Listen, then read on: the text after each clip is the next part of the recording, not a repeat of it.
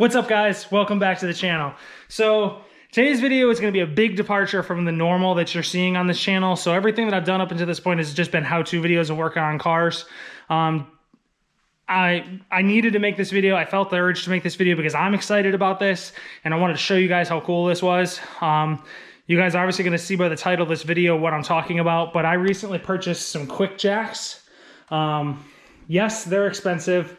I bought this set used. Obviously, I had looked into buying them for a long time, but kind of mulled over it just because of how expensive they are.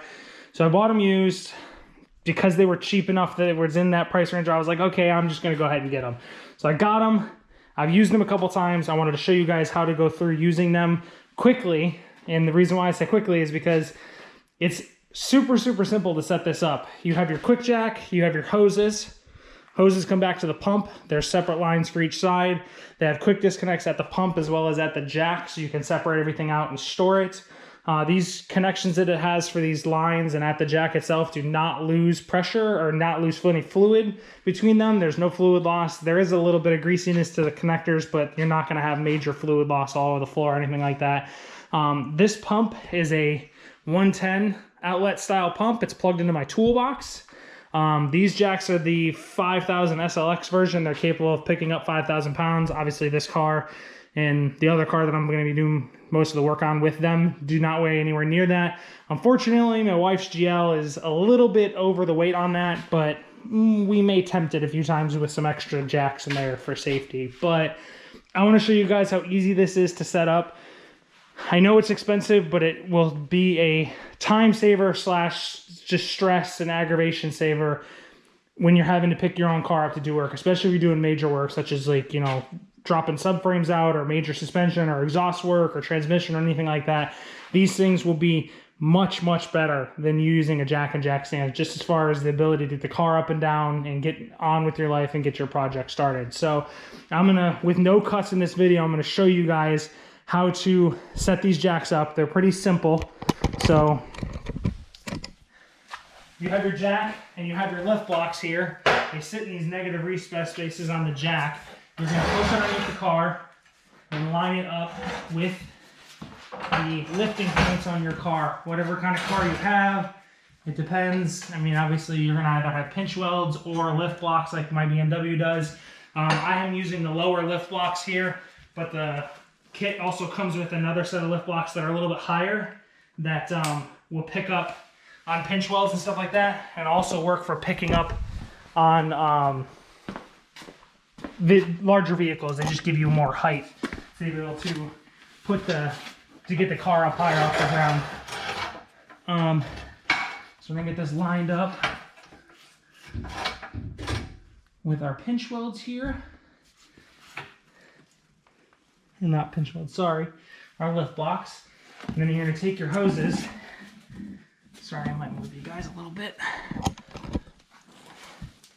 Take your little dust caps off. Hook your hoses up. They just push together, no different than like an air fitting or anything like that. And then I got both of those hooked up. And now we're going to come back over here to the pump itself. The pump's a little bit more difficult to get these lines onto. I'm not really sure why. I don't know, because there's pressure on the pump. I'm not really sure what causes it. I just know that they're a little bit more difficult to get pushed onto the pump. They might actually be side specific. I'm not 100% sure on that. But we got it all hooked up there. So now that both lines are hooked up, everything's hooked up, plugged in. All we're going to do is we're going to take our button and we're going to press the up button.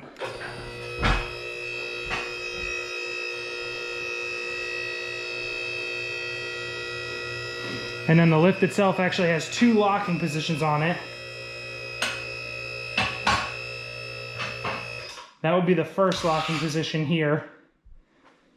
So you can see that the car is pretty good distance off the ground. I can definitely get up underneath it and work if I needed to, but it goes even higher than that. There's a second lock position, which we're going to get it up to right now.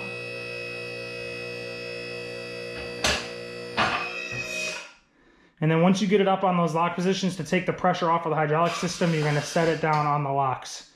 And what you're actually doing when you do that is the weight of the car is actually sitting on this arm, locked into a spot like this on this outside plate here.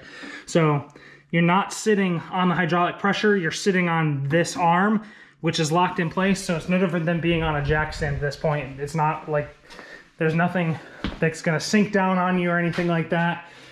And then now that you're in this position, you can unhook your hoses and your pump and get them out of the way, especially if your car is going to stay up in the air like this for a long time, so that you don't have to worry about all that stuff being in your way. And like I said, it's no pressure on the system, so it's there. It's not coming down.